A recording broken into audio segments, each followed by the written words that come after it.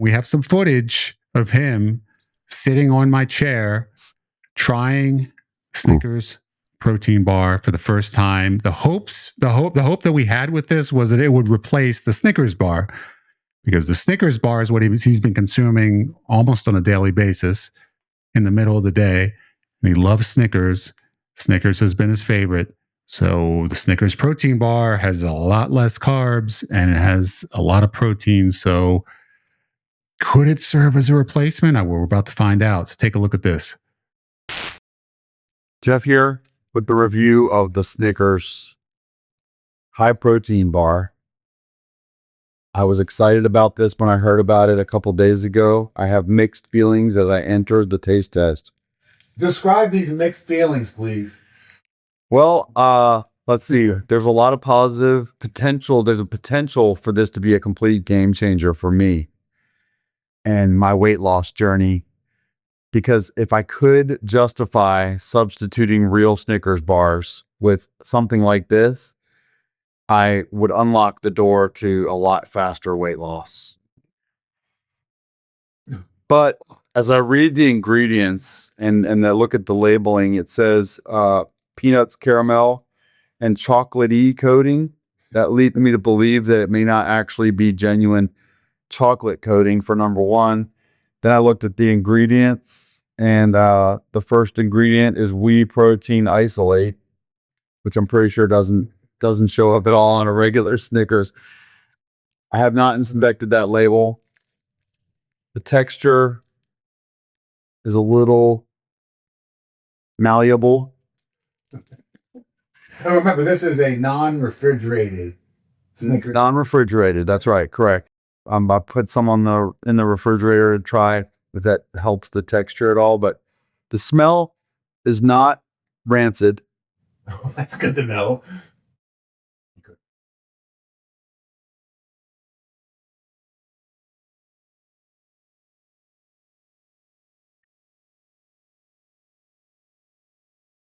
Very chewy.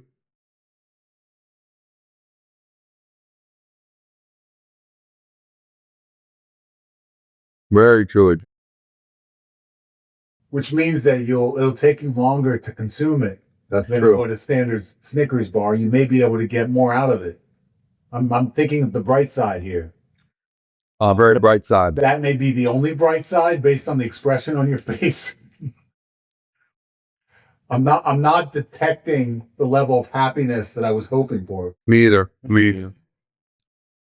Ron Burgundy recommended these.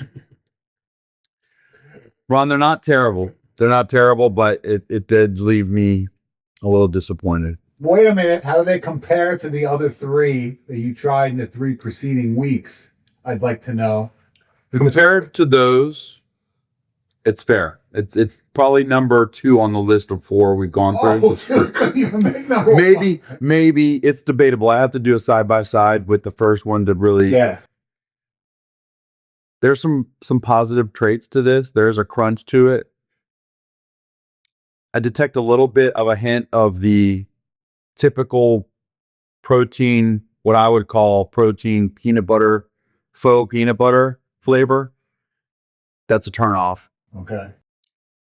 I think more crunch would be welcomed here. More peanuts in there. If we could get away with more peanuts without adding too many. This may have led me to investigate making some kind of a concoction, a mixture of different ingredients that are consistent with the true Snickers, or as close to consistent as I can be. And have a sugar replacement. Right. Yeah. Sugar replacement. So I will give this tentatively a 7. 7. Okay. We were hoping for at least an 8. Yeah. I'll give it a 7. Where does this fit into the game plan? Right now, it's not in the game plan. It's not in the game plan right now. It has to be at least an 8. Is that what I would to assume? At least. And even with an 8 on this scale, I would need to acquire a little bit more of an appreciation over time. An 8 doesn't automatically get me. The 8 needs to evolve into like a 9, you know? You don't believe that the refrigerated version is going to have a different impact on you? I'll say I'll definitely be willing to do a review on our refrigerator version as well. Okay. To confirm. I see why they say chocolatey coating. What does the E stand for in chocolate? Not pure chocolate. I see. Yeah. Faux chocolate and faux peanut butter? Is that what you're telling me? Yeah. It's not a good combination? No, I was hoping to do a Snickers commercial. I was really hoping to get behind this thing full force. I'm hoping to have a Snickers sponsorship, to be honest. It is definitely advanced from where I started in protein bars 100 years ago, but this is not going to be the suitable replacement that I had hoped for. All right. Well, I guess that settles it.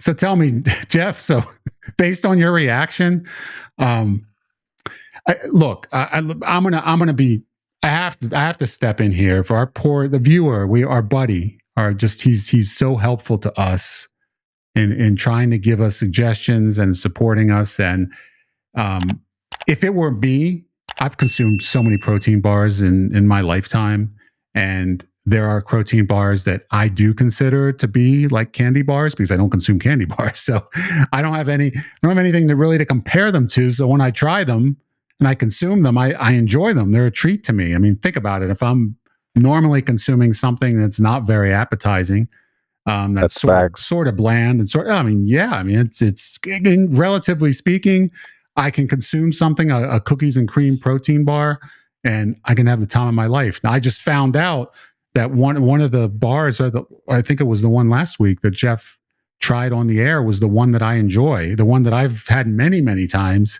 and it's probably been my favorite one that I've ever had. He tried it, and I think he classified it as it's not going to be something he's going to be using as part of the diet. So we're on different wavelengths, and you have to remember, anytime you're dealing with, especially with food, with food addiction, whatever it is that a person is consuming, like, they have a very keen focus on what that tastes like. Like, there's a connection between that particular food and how it makes them feel. And if you say you can try this and it's going to be an alternative and it's close enough, don't be so sure it's going to be close enough for somebody that holds food in such high esteem. That's a me problem. That's a me problem. This is what you're seeing in the video that you just watched, I think, because for somebody that's more open, like for me, like, I consume that protein bar, I'm fine with it. Snickers is not my favorite candy bar. Whatchamacallit, on the other hand, totally different story. You give me a whatchamacallit protein bar,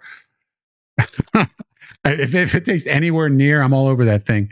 Snickers is not my favorite. So when I have that Snickers protein bar, though, I didn't have a problem with it. Like, as far as protein bars are concerned, it was fine. Like, I would eat it. I wouldn't dislike it at all. And I prefer the cookies and cream one from Quest. I think that's the one I like that one a lot. Like, I really do like the flavor of that. It does taste like a candy bar to me, but that's to me. But we've analyzed why Jeff feels the way he does about the Snickers protein bar. And one, it's because of the way he feels about Snickers. It's such an important part of his life that there's a very, very keen focus on how that tastes, and anything that deviates from that and calls itself Snickers is totally unacceptable. But number two, the protein flavor in those bars, not a fan. He's not a fan of that. He's not a fan of protein bars. Whatever the whey protein that they put in, the thing that makes them taste like protein bars, that has that protein, kind of that unique flavor associated with all protein bars. Jeff, he doesn't want anything to do with that. What he wants in that meal, and that middle meal, is no protein. He doesn't care about protein. This is his I want to have fun meal of the day. He doesn't want it to have any protein. He wants it to be a candy bar that has less carbs. So you can find a candy bar like a Snickers that's not bombarding him with 200 grams of carbs, but that he's able to cut that in half or less than half and still love the taste and still remind him of what he gets with Snickers. That would be a home run. No protein. We don't need protein. He doesn't need protein. He doesn't care about protein. That meal is not a protein meal, it's a fun meal. And I know that these companies make protein bars because usually people that are looking for them want protein. Like they want the protein because they're trying to get more fit and they want more protein in their diet and they want to consume protein in an enjoyable way. So why not put it in a candy bar? So that way you don't have to consume all that meat or fish or eggs. And that's the reason why they do it. And that's why they do sell well. But I think there's a market for people like Jeff that don't care about protein, just want flavor, but they want low carb.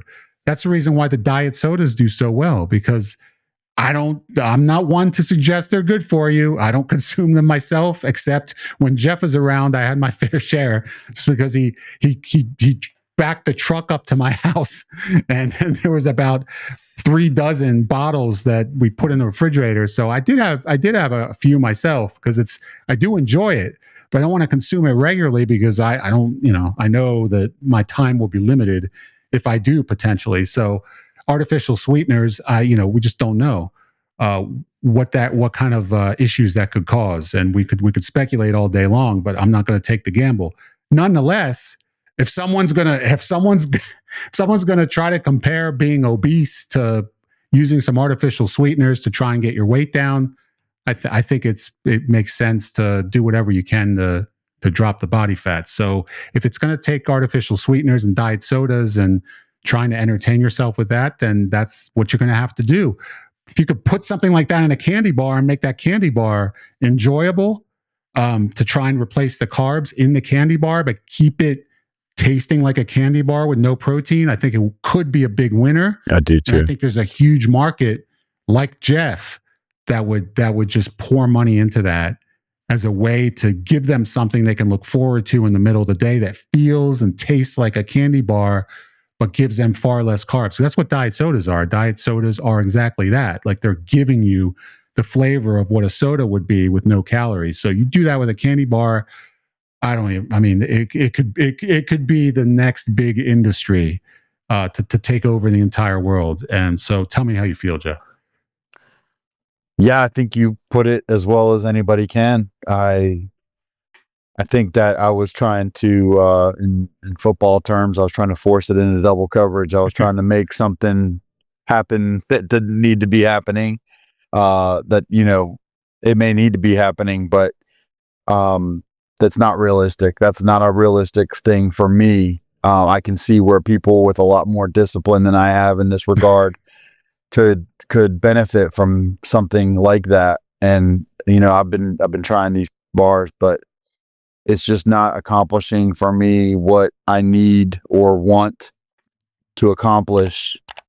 The whole thing going back was, this might be slow, but it's got to be sustainable.